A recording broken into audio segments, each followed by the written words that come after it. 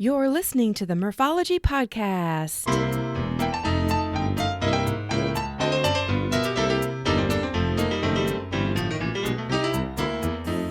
Thanks for tuning in to the Morphology Podcast, aka Murph here to share interviews about biking experiences from cyclists who have pedaled to places all over. Each week, we'll get to know new people and explore new destinations to ride your bike. As you listen to these adventures, you may wonder, why haven't I done that yet? Grassroots Gravel is a new entity and new event coming to Pueblo, Colorado this fall, and Adam Davidson is back to talk about it. You may recall Adam was on episode 41 to talk about trail building and the Southern Colorado Trail Builders Group in Pueblo. I'll reference that episode in the show notes. This time, he's back to promote his gravel event that is designed to attract the gravel racers, gravel bikers, but also the everyday rider who might want to try something new.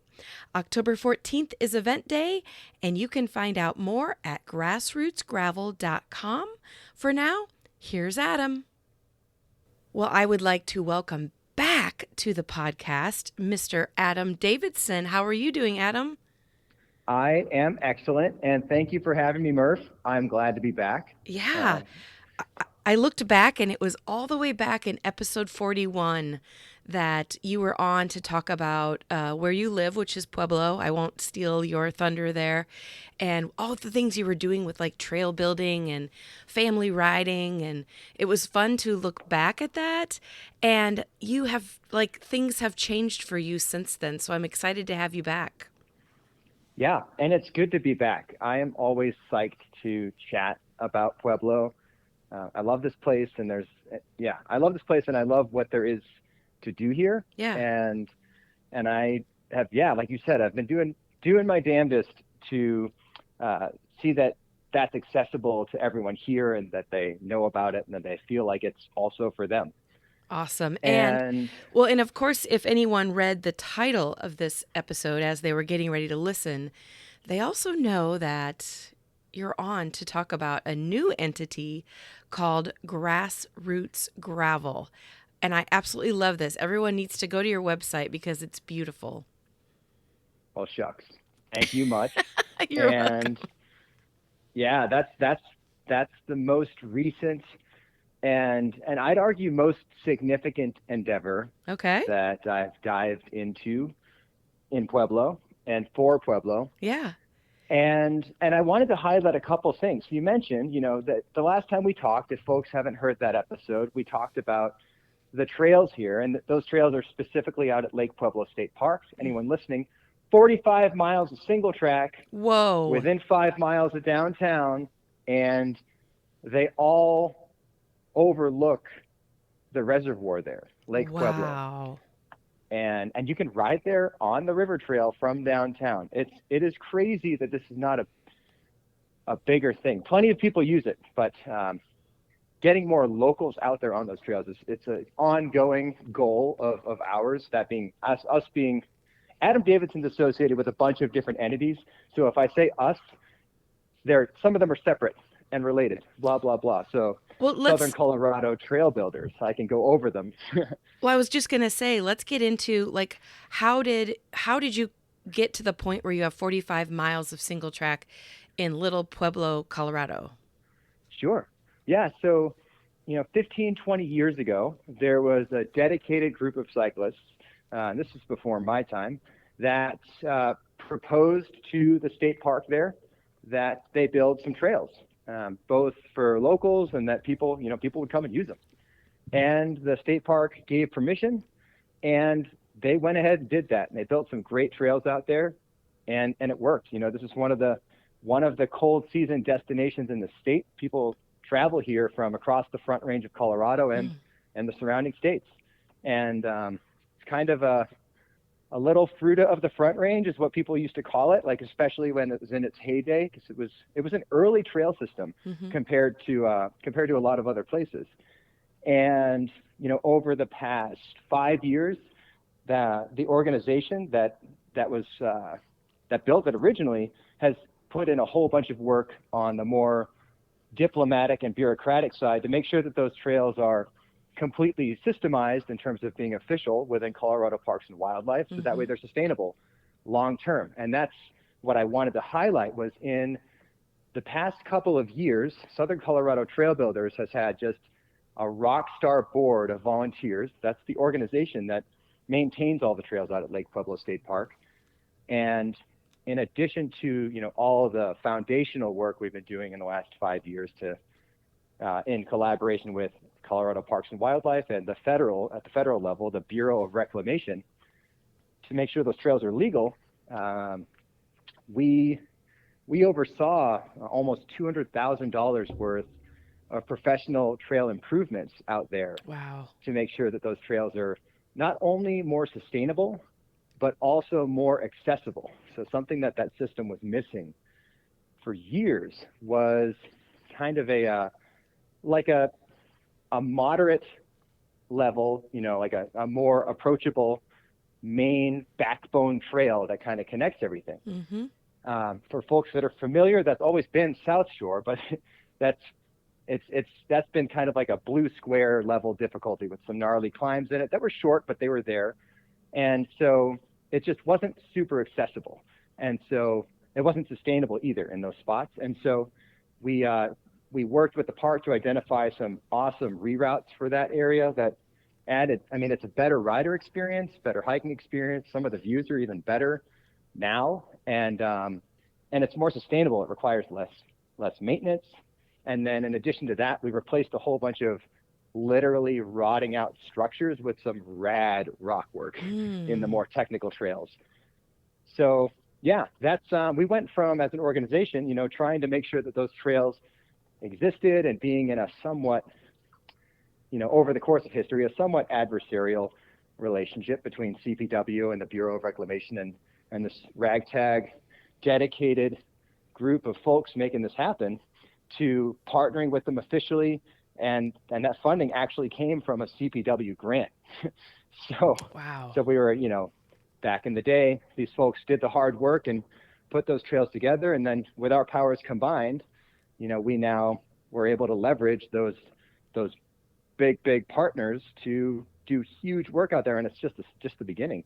So that's been exciting. That's been a huge accomplishment, and I want to just shout out all the volunteers that helped to make that happen, and the volunteer board members that have put in all that hard work. And you said it was the Southern Colorado Trail Builders, which is that an entirely volunteer group? Yeah. Oh, yep. wow. So they're an entirely volunteer-run 501c3 nonprofit that's based here in Pueblo, and they are the de facto, and actually not just de facto. There's a federal memorandum of understanding that designates Southern Colorado Trail Builders as the stewards of the trails at Lake Pueblo State Park. Oh. Yeah, and we've also done work up just outside of town.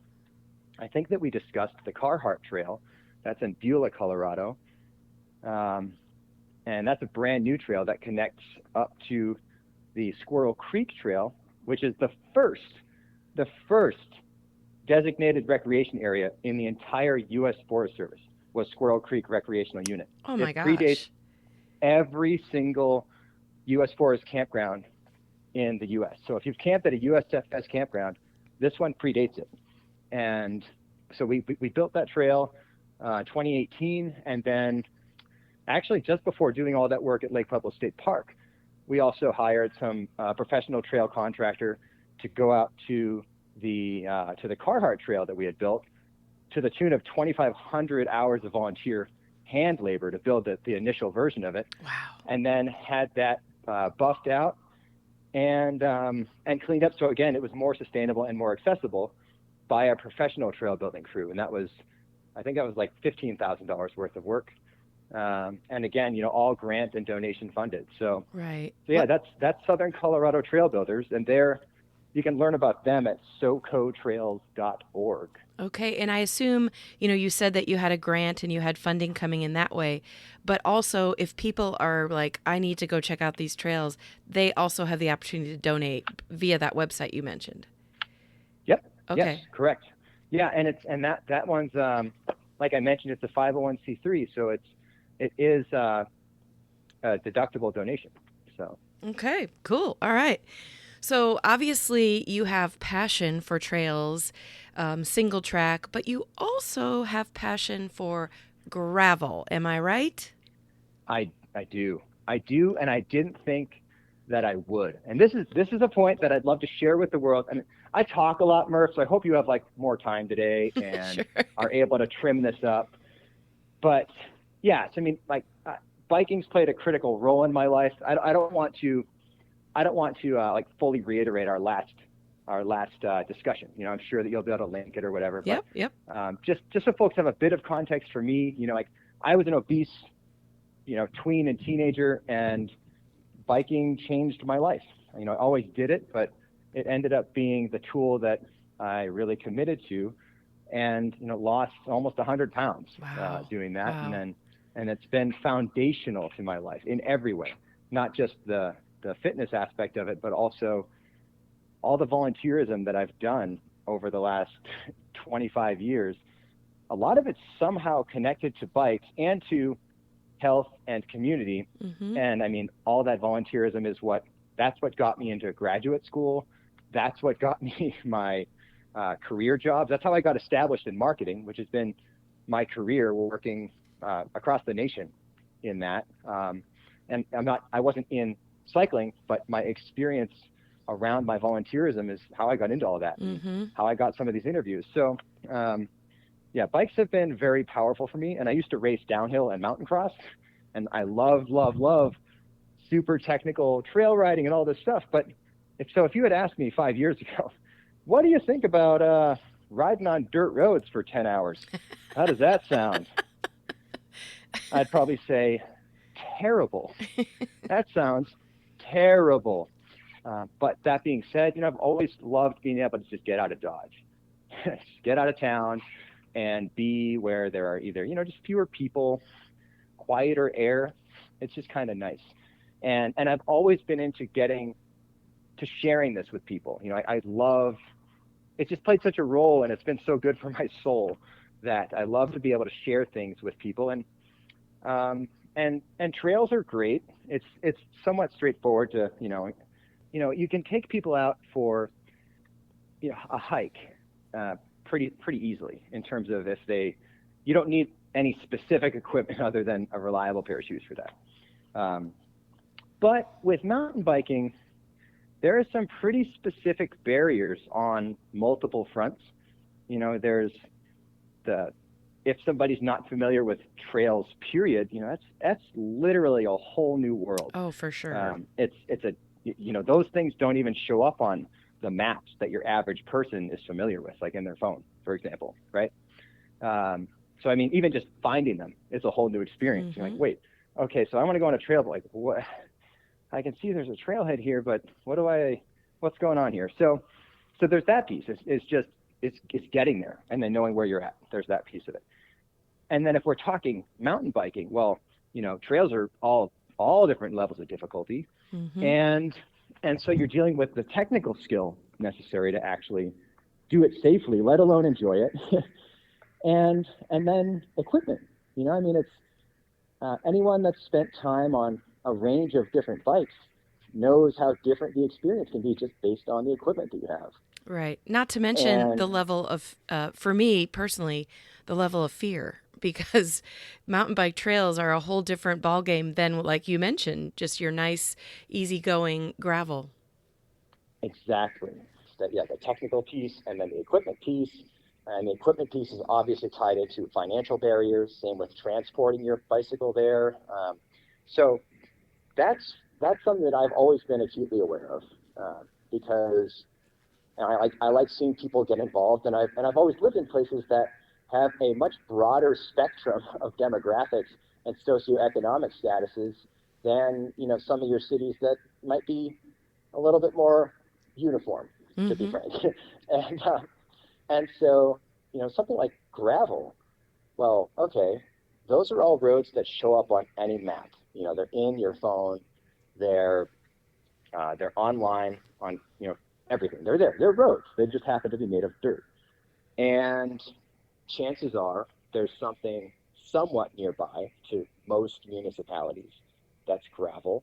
And if it's not a gravel road, maybe there's a breeze trail or something, but that's another conversation, right? Mm-hmm. And so then that being said, they're less technical. They're still, you need more thought than just riding on the road, on a gravel road, because the texture changes. But for the most part, it's way less technical than any single track. Mm-hmm. You can ride next to your friend. You don't need a specific bicycle to ride on a gravel road. Nearly any reliable bike is capable on a gravel road. And and then also the unknown, that fear factor of whether it's fear because of technical terrain, or being unable to know where you're at, or knowing whether there's, what if I do get hurt? Well, you're on a road, Mm-hmm. so I Mm-hmm. mean, if something happens, you can have a friend come pick you up, or you could call emergency services, assuming that you're in the service, of course. So there are variables here that could affect this. But for the most part, people can get to you on gravel. And so the thing that's beautiful about gravel is you're out where there's fewer cars. You're more in nature, because usually gravel roads are more rural, Mm-hmm. regardless of where you are. Um, and you can probably get there without having to hop in your car. Even if you're only on a gravel road, or even if it's a more rural paved road, whatever. But anyhow, it kind of like democratizes the cycling world. It's, if you're looking at it through a lens that's not like purely blinded by, industry jargon or marketing, or, elite athleticism, where it's, the fact of the matter with gravel is you can use damn near any bike as long as it's reliable. You don't need to go fast, but sure, it's fun if you do, and it's fun if you don't. And you can ride next to your friends, and and you have all these resources if you need them. And that is why I like gravel, that big picture. And then, like, personally, the types of things that I like about it is I could just go forever, and I could go places. I could use it to connect just big, stupid rides. Just, Right. I love that. That's my favorite, is being able to just go out for an insanely giant ride. If I need to, like, cross a creek and hope my oxen don't die, like, I'm into that. So anyhow, that is, to make a short story long, why I like gravel. Well, and not to mention, at least for me, I live in Iowa. I live in a city, but as a kid, on my little, single speed coaster brake bike, I could ride gravel like no other. Like Mm-hmm. I figured out how to, balance my bike. Probably didn't wear a helmet. That was a long time ago. So, Yeah, yeah. for most people, the even though gravel's a different way of biking, I would say a lot of people probably experienced it as a kid, and it's still in their brain somewhere. Yes. Yeah, it's, at its core, if you step back from how commodified it's become, gravel is like bikes again. It's playing bikes and going on a bike ride with people.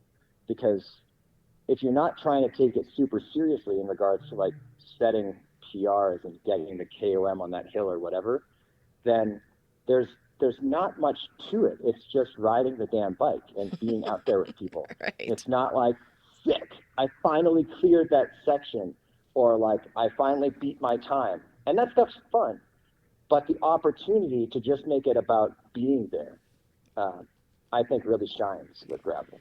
Well, and that is an easy segue into grassroots gravel. So, Yeah. you love riding on gravel. You've already, shared why it is the best, maybe not the best, but why it is a great form of travel via bike. But first, there was some connection of wanting to share it with others. So tell us Hmm. about grassroots gravel. Sure. Well, I cannot talk about grassroots gravel without mentioning gravel logos. There's an event down in Hico, Texas, called Gravel Locos, that was founded by Fabian Serralta, and he is passionate about gravel. He is passionate about professional racing in gravel, and he started this event to bring a pro level event where the pros could engage with everyday riders and vice versa. And his event has become kind of the de facto predecessor to Unbound. Mm-hmm. And so folks will, go to Gravel Locos, race super hard, and it kind of gives you an idea of how Unbound is likely to shake out, and it also helps the pro level riders figure out like what they want to change or just kind of where they're honestly at with themselves. So, And on a side note, I did an episode on Gravel oh, that's Locos, right. so I will share that link in the show notes along with Adam's first episode. So sorry to interrupt. No, it's all good. So Fabian wanted to bring an event to Colorado, and when he had gotten into contact with the city of Pueblo as one of the options that he was looking at, the city brought me in very early on, and that ended up becoming a great relationship. Fabian and Clemence and his team, Eric, Robert, and so many more that helped make that a reality. I worked with them to, develop their relationship with stakeholders in the region, connected them with the Red Creek Volunteer Fire and Rescue Department that was the recipient of some of the proceeds of the 2022 event. And I designed all the routes for Gravel Locos Pueblo. And, going into 2023, I played, a big role planning all the pieces out on this end to get that all laid down. And it's a great event. I mean, I went down to Hiko this past year and had an awesome time. Mm-hmm. But I mean, at its core, Gravel Locos is a professional race.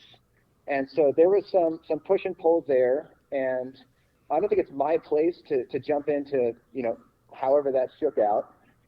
But, it just made sense for Gravel Locos to make the call to pull from the Colorado market, or at least I'll say Pueblo, because I don't know what if there's any future there for the state, right? State's a big place.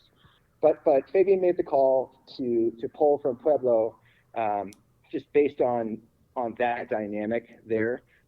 In the midst of all that, I'm looking at this as, I'm in the community. I've been here for a decade, and I can see what this brought. Fabian set this awesome precedent for what an event could be in Pueblo. And when Gravel Locos, pulled from this area, I saw, okay, we have these incredible routes right here. We have a region that could use something to plan around, something that they could actually rely on to develop some public health programming strategies, help people build up to something, and some economic development strategies to bring in the outdoor industry and to engage people locally.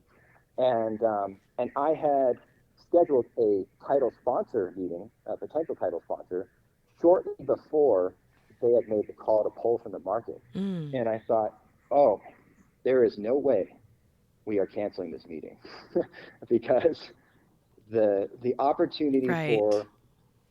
for doing something incredible and doing it sustainably and reliably, which is key for me, it's too great. So I'm going to make this happen. And so with Grassroots Gravel, what had happened is I was designing some posters just to help get the word out for Gravel Locos. And that was a headline I had put on it. And I thought, that's confusing. It looks like that's the name of the event. But if that URL is available, then I'll grab that and That just will set become. a pointer. Yeah. So if people go there, and they'll just take them to Gravel Locos Pueblo, whatever. And it was available, so I bought that. And I've been in marketing for a decade, so like if I see things like that, and it's related to something I'm going to be doing in the community, like I'll grab the the URL and the socials and whatever. And it was all available, which blew my mind. So I had gotten the URL and the Instagram and the Facebook and all these different pieces. I had a vision for this event that was different than what Gravel Locos was bringing to the table. And so I built that out, the brand, the messaging, the concept of the event in 2 days. Oh, wow. I mean, it'd been brewing, for months, and I've been in. There's this huge foundation behind all these things. It's not just like it's a crapshoot, right? It's like very calculated. But that being said, I had a very short timeline to shift tack, and then get on this call with the potential title sponsor, with this different event, right? Same venue, different date, but entirely different organization, Right. Grassroots Gravel. And My vision for Grassroots Gravel is a flagship level, professionally produced event for the every person, to give people this pro level experience and to give them resources to either, meet their own set goals for themselves and to work toward them, or to, try something new if they never spent time on a bike.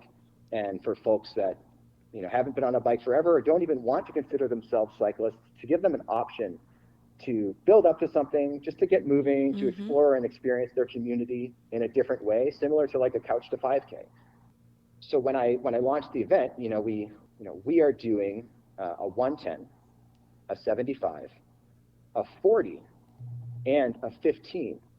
And that 15 we added just probably only a week or two ago, because I realized after talking to some folks about representation within the event, about inclusivity, folks that are not present in, whether we're talking cycling or in race events, that's an option that is viable for folks to prepare for, whether it's over a longer timeline if they feel they need more time to prepare. But it's a much more approachable distance for folks that are seeking fewer miles. And in addition to creating just that option, we're building out resources for folks. So there's a really basic training outline on the site right now, and I'm currently developing something that's going to be like a printout that people could put up on their wall. That'd be week by week for things that they could do each day to be ready for this event in 2 months, the 15. And I'm going to be working on stuff for the 40 and the 75 and the 110. And of course, those will look different, because if somebody's training for 110, chances are they're starting at a different level. But yes, I mean, my goal here is to give people resources to try something new, and for the everyday rider to give them that pro level experience, to have this. We're bringing in the same timing company that does all the biggest gravel races in the U.S., literally. So that way folks have that level of, precision and high standards for just making sure that, everything's taken care of. When I decided to commit to doing Grassroots Gravel and commit to this vision of making it for everyone, I felt like now was the time. And because Gravel Locos had just happened last year, I didn't want to lose that momentum of people seeing Pueblo in that light. If you let it ride for a year, then it would just be another year where Pueblo had a big cycling event and then it died, because that's unfortunately happened more than once. And so I wanted to make sure that wouldn't happen again. And I know that I have the right tools to do this really well. And I love that you're offering, multiple different routes for different, I'll just say level of interest. But like if I'm coming to Pueblo with my spouse or my friends, and they're maybe at the upper level of their, racing or whatever, and maybe I just want to dip my toe in the water on what gravel's all about, I can still participate. Like, that's just a brilliant option. Well, thanks. And yeah, that's exactly it. Is we want to see folks getting involved and accomplishing something for themselves, and that could be anything. If you're a pro, hopefully people are able to come down here and just push themselves, and whatever that means for them, and whatever this race becomes for them. But for any rider, whatever that looks like, come out to this event, enjoy your version of it. That's important to me. And one thing I didn't mention is that in this event, I added an e-bike category, and it's its own category, because then for one, it can be a unique race unto itself, because it's e-bikes on e-bikes, and it also negates any arguments about e-bikes and non-e-bikes.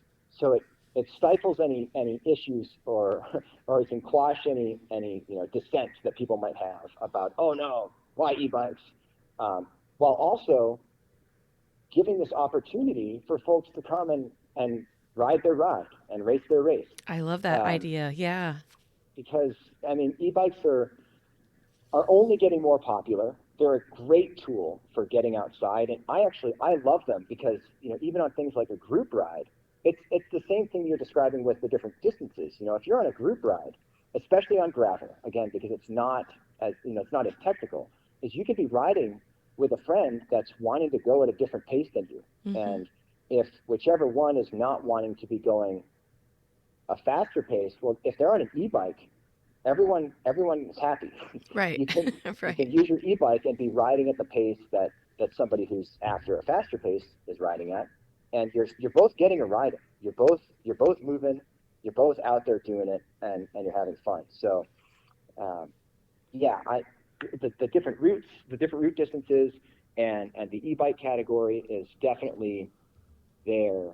They're there specifically so that way people have options Right. to get out there and get engaged. And do you want to talk a little bit about the cause, like you're the beneficiary of this event?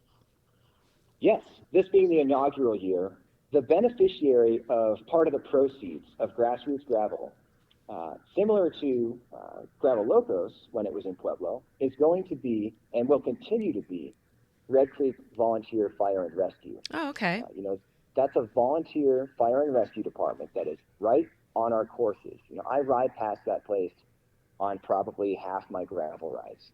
And, when I'm out on our weekly Red Creek Rally group rides, I often see Canette, who is their board president, when she's driving home.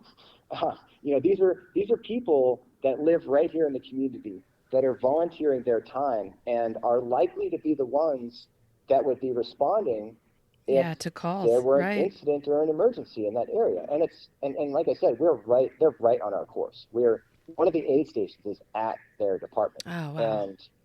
And in addition to that, they have cooperative agreements throughout the whole region. And so, there have been times where there's been, wildfires or structure fires or, whatever incident, whether it's in the city of Pueblo or out in Beulah or Colorado City, which is also right along the route. All these different places, they're out there. They're out there and they're helping. And they're doing that on a shoestring budget. They've got equipment that's been around the block, and they do what they can to maintain it. They've got a building that is, rudimentary by all rights, and they're making it happen. And so, so that's going to continue to happen. And I'm going to do what I can for them because the model of Grassroots Gravel is slightly different than Gravel Locos. And that is, I am running this as my business, and there's a reason for that. And so, that might raise eyebrows, but the thing is with this, for one, I think I have enough street cred to say I'm not in this for the money. I've been doing this stuff for free for a decade. Right. And the reason that I'm running this as a business, as opposed to, for example, a nonprofit, which who knows in the future, but especially starting it out, is if I'm running it as a business and I'm making sure that I'm able to make a living, that I can dedicate my full time to it because I'm very good at this stuff and I'm very passionate about this region. And so if I can apply an entire atom to this and apply the network that I'm able to build when I have that much time to dedicate to it, I know that that's going to be powerful outcomes for the region. And there's a donation option right on the website, or the registration rather. And of course on their website there's one, but within registration for Grassroots Gravel there's a donation option, and all those donations are going to go straight to them. It's not like I'm shaving anything off that. And then additionally, I'm going to be giving a portion of the proceeds to that.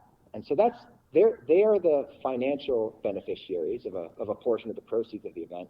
And then separately, the vision for this event at large is that this event will be every year. So that way we can plan in collaboration with the Public Health Department, the Boys and Girls Club, Parks and Recreation Department of the city, et cetera, to have programs tied into it, knowing that there's going to be this event every October. There's going to be a big cycling event, and the goal is to get people out there and moving. If we're going to be doing this flagship event every year, then it makes sense to figure out, what are the ancillary events that make sense? Yeah. That makes sense to the region. That, if mom comes down to ride Grassroots Gravel, Where's dad and the kids while she's doing that? Are there other activities? Is there a family ride in town? Is there a concert? Is there blah, blah, blah, all these pieces? What's there for the community to do during that? Gravel cycling's not exactly a spectator sport. Right. And so, what's there? And so, this year the expo it's still going to be fun. We're still going to have music, and there's going to be vendors there all day. But then, the bigger picture is, who do we want to have out there? Who in the community is interested in engaging, the cycling community or kind of trying that out? What does that look like? And building something out like that. That's also part of the cause. Is this bigger picture of engaging the community. It's my goal that this is an event that feels safe for people, that feels welcoming to them, that there's a place for them there. So it's very multifaceted. Right. That's the goal. And like I mentioned before we started recording, this event is coming up October 14th. And Yes. Can people register now, or is it like, where are we at with registration? Grassroots Gravel is taking place October 14th, and registration is open. Folks can sign up now.